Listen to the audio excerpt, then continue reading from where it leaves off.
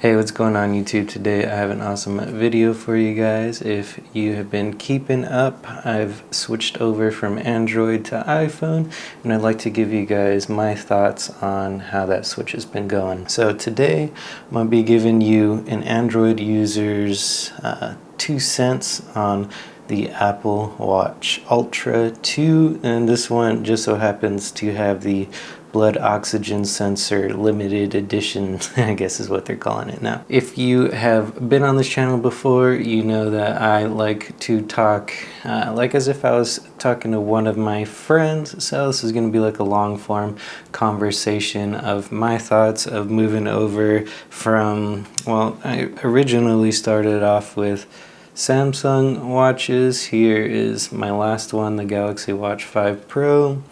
I tried a Pixel watch for like 3 hours. No, it was like 2 days.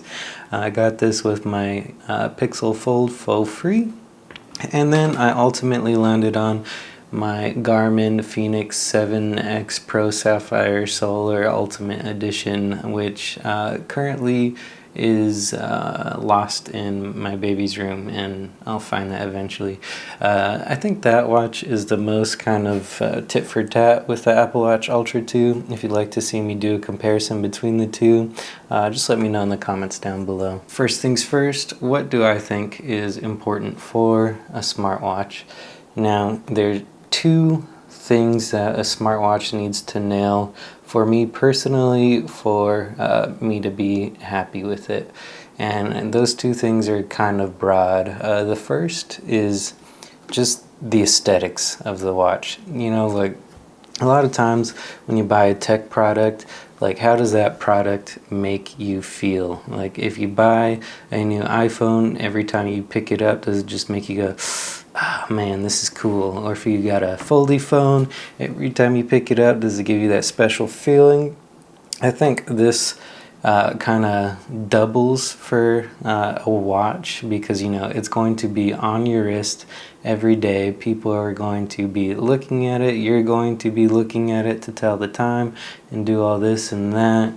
Like the amount of accessory supportability of that watch, which, you know, Apple Watches are the most popular smartwatches out there, so you could pretty much find any kind of band that you like. So for me personally, it's funny to say this, but the whole reason I decided to try the iPhone switcheroo from Android, it wasn't USB-C.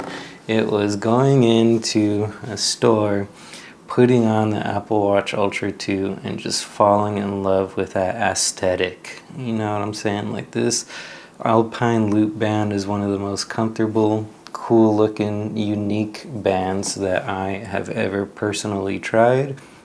And because you can only use an Apple Watch with an iPhone, I said, you know what, let's get the iPhone, let's get the AirPods, let's get the Apple Watch, let's give this a go. Whereas with, you know, Android watches, which I'm sure most of you are familiar with at this point, if I get a Samsung watch, like I could use the Samsung watch on a Google Pixel, on a OnePlus. I could, you know, any Android phone's compatible with it. You just need to download the Galaxy Wearable app. Whereas if I want to take this Apple Watch Ultra to like my Pixel Fold or something, it's just not going to work.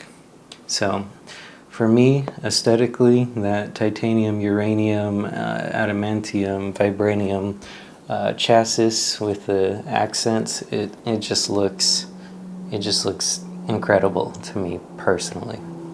And I also think I have fallen in love with this whole square design, and you know, just the ultra look as well is just very, very sick in my humble opinion.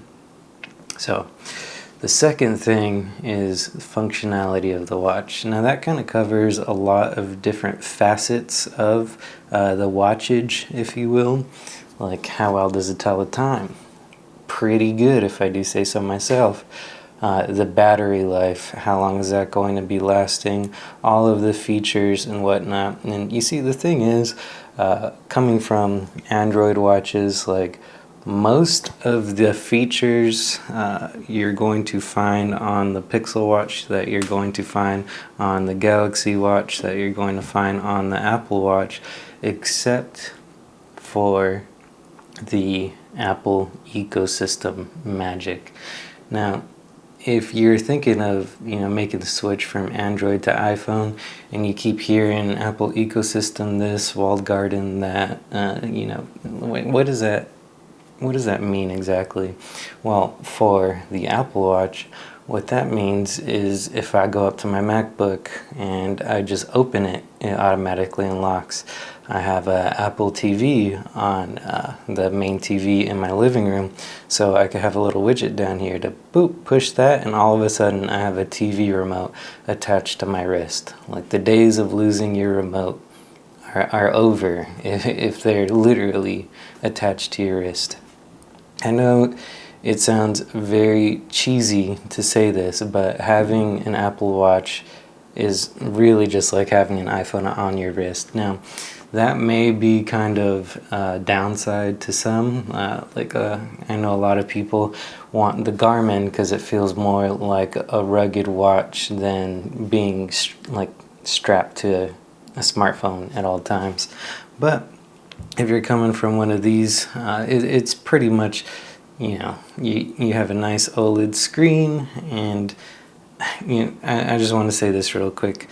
The reason why I didn't give the Pixel Watch the time of day to main this for a long period of time, I didn't even really want to review it because the battery life on this thing is absolutely horrendous. Whereas, I'm talking functionality again, the battery life on this can easily last 3 days. Now, one thing that I think is kind of funny is when you go into the Apple Watch Ultra subreddit, they'll say oh, my battery life lasted 5 days, and then they have always on display turned off, all of this turned on. My Apple Watch has been running full features since the day I opened it, except I do not have the cell service turned on. The reasoning for that is because, like some of you may know, I live in Japan, and the carrier that I have out here currently does not support it. I kind of don't really mind that too much. I do wish I had it enabled just to kind of try that feature out and see how it impacts battery, but let me show you something real quick. So here is a workout that I did the other day. I ran a 10K, so the whole time I had Apple Music, like a playlist, downloaded to my watch. I don't bring my phone out with me when I run just because I like to keep it lightweight, and so all of the sensors are going off, GPS, playing music to my AirPods as I'm running, and with all of these features kind of turned on, I'm kind of averaging, let's say, 10% an hour, and most of that is probably coming from streaming music from my watch to my AirPods. So I'm pretty confident if I were to, say, have a tactical fanny pack or something cool like that and throw my phone in it, play music off of that the battery life would drain a lot less. But all that to say, doing my sleep measurements overnight, I lose maybe 3%. Going on an hour run while streaming music off of it, I lose maybe 10%. So I could easily get through 2 days of full usage, all the features turned on with this Apple Watch, which is pretty incredible.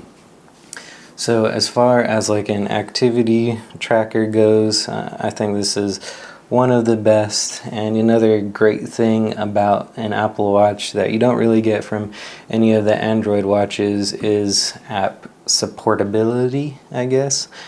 Pretty much what you see with all Apple devices is that a lot of people aren't going to, or developers rather, are not going to want to develop apps for devices that they feel they're not going to get their bang for the buck back on. So I can literally access an app store from the watch and download different applications that, like, pretty much anything that you could think of to put on here. And the only application that I've downloaded up to this point to kind of get my bang for my buck is Auto Sleep. And the reasoning for that is, I'm a dad. I got 2 kiddos. I like to see what I can do to help my sleep get better metrics. So one thing that I was noticing, if I bring it over to the stock app over here, and this is like my bedtime and stuff, it was giving me kind of like, this is the best that you get as far as data goes. I didn't really know what to do with this. And kind of on a side note, like, one thing that made me not like this was coming from a Garmin, which I think has excellent stock sleep data that actually, like, helps you make changes in your day-to-day life to get better sleep. So one thing that I noticed is Garmin has something like this, and I noticed that my, like, readiness level would always tank the night that I was drinking. And I don't mean like slamming 30 Bud Lights. I mean just having like 2 beers before bed, like with dinner. I did not know at the time that even that little amount could heavily impact, like, your deep sleep, your REM sleep, all that. And that really kind of got me into tracking my sleeping habits. And I think this application here really does a good job of getting as close to what Garmin provides natively on their watch. And I just feel like all this data is something that I can actually use to better my day-to-day sleeping habits. While I am on this topic, one thing that I don't like is, so I have the blood oxygen sensor on here, but none of the applications that I've seen, at least so far, they don't, like, use that data for anything.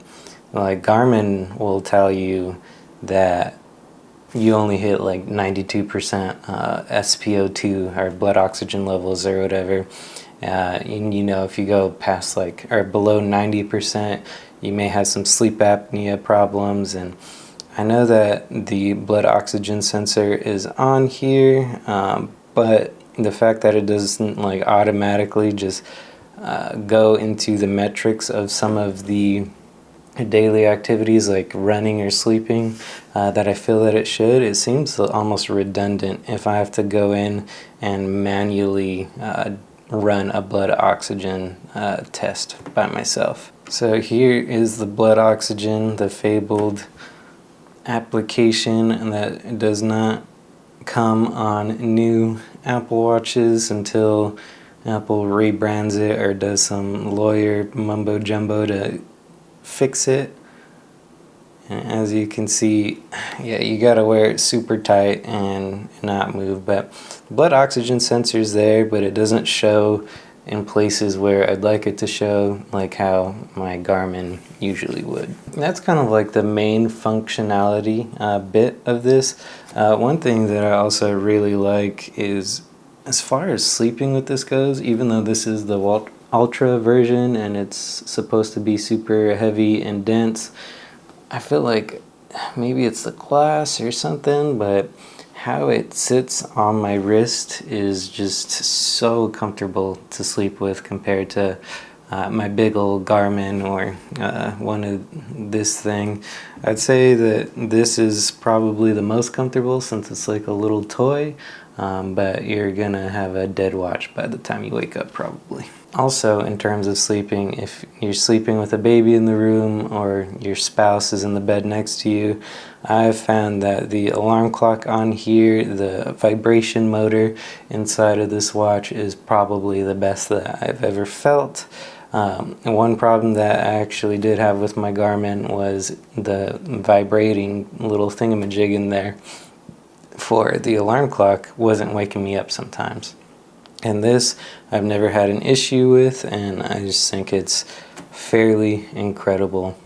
One thing that I don't like about this watch is the amount of watch faces that you get. So if I bring this over here to the watch app on the iPhone, here's like a list of all of these cool watch faces that you can get, but as far as Apple goes, this is pretty much all that you're getting. And one thing that I miss coming from my Android watches is the ability to download other watch faces from other apps. Now, you can still do that on here with apps like Facer, and like I'm saying, look at all these apps, or these faces. I mean, this is just so much more customizable. You can make it your own, but the problem with that is, I was showing you these widgets here earlier. Like, I could push this button, bring up a controller for my TV, and always have a controller set up on here and all that good stuff. But if I go to, say, this face that I liked because it's got green accents, it matches the band, thought it was pretty cool. Like, there's a little weather thing here. I click on it, and all it does is try and tell me to refresh the data that's on here. So when you are downloading an application or a watch face from a third party, you're not going to get the ability to interact with your little widgets on your home screen. So like, if I wanted to start a workout here, boom, I can do that because this is an Apple Watch face. This one is my favorite, so this is kind of what I'm sticking with, but I think that is something to mention if you're coming from an Android watch. Well, you guys, that is pretty much all I have to say. I think this is probably my most favorite piece of tech that I've gotten in quite some time. I've never had any issues playing music off of it. And then another really cool thing is, like, if I'm listening to, say, a podcast, so I could start a podcast on my phone, it goes on my watch, I automatically can control things from my watch, and this kind of feature just shows up with all kinds of applications with the iPhone. Like, that's another thing that you don't really know about the whole Apple ecosystem thing until you start trying it out.